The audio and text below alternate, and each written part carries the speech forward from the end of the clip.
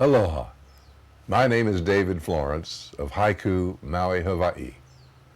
In early September, I had a call from Jack, who in his usual mellifluous, enthusiastic tone told me he had cancer, with not too much time, and wanted to sit down and discuss the eulogy he asked me to deliver. Although we met together, we never got to the discussion. This Irishman from Lawrence, Massachusetts, had more energy and verve in his pinky than most all of us here gathered today have in our entire beings. He was hip and a classy guy. I met Jack 20 years ago when the then mayor of Dallas, Annette Strauss, tapped him to be chairman of the Mayor's Advisory Committee on Crime.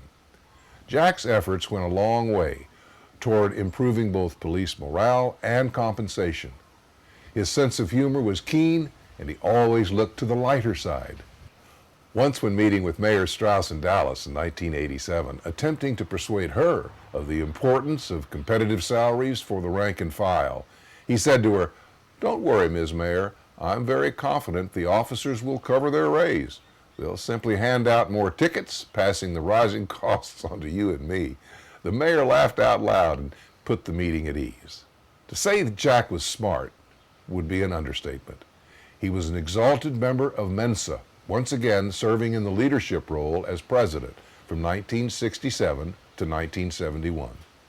For those unfamiliar with Mensa, it was founded in England in 1946 and is a non-political and free from all racial and religious distinctions. The society welcomes people from every walk of life whose IQ is in the top 2% of the population. Today, there are some 100,000 Mensas in 100 countries throughout the world. Considering there are more than 6 billion of us on the planet, that puts Jack in a singularly unique category, being in a group that represents 1/10,000th of the world's population. Jack would be embarrassed with this disclosure, so he can get even with me when I reach the other side to meet him. As I looked at a photo of Jack in his younger days, when my wife Sandra and I were visiting in Dallas with Fran in September, I was entranced, caught in the stare across 60 years. I asked myself, who was this handsome sailor?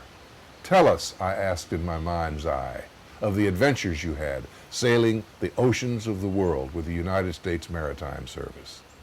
That was 1944. When I think of Jack and the sea, I picture a bronze, muscled, clear-eyed man whose wit was as quick as his movements and just as pointed. Adventures from Ceylon to Suez, from Boston to the Barbary Coast and back again. All of these epochs molded the man. And the wind beneath his wings for the last 30 years was as beautiful, and he always considered his bride, Fran. Equal in force and energy, she and Jack built a very successful national team for Big Planet. They joined Big Planet after retiring from their respective careers. I have many accounts from associates about this dynamic duo who demonstrated their courage and joie de vivre as they worked and reached the top level of this international company. I would define him as having the ability to influence and uplift the people with whom he came in contact, always giving more than he got. To that point, I want to share some thoughts from only 3 of the legion of friends and associates that revere Jack McNulty and hold Fran today close to their hearts. Fran, you and Jack always inspired me with your humor, your love, your passion for life. As a native Northeasterner myself, I always found tremendous comfort in the banter you two shared and the incredible love you have for one another. And still from another friend, you, Jack, are an amazing person who I have tried to emulate in my life. You treat everyone with respect and love, and this will make your journey through the eternities a return on all of your kindnesses and love to others. Finally, from another friend, you are both strong and fabulous mentors to so many, including us. Your ability to view the positive in all situations is a phenomenal skill that cannot be taught. I close with the thought that Jack was a true Renaissance man, a person with many talents and interests, especially in the humanities. Anyone and everyone who met Jack got a chance to know him and came away for the better for it.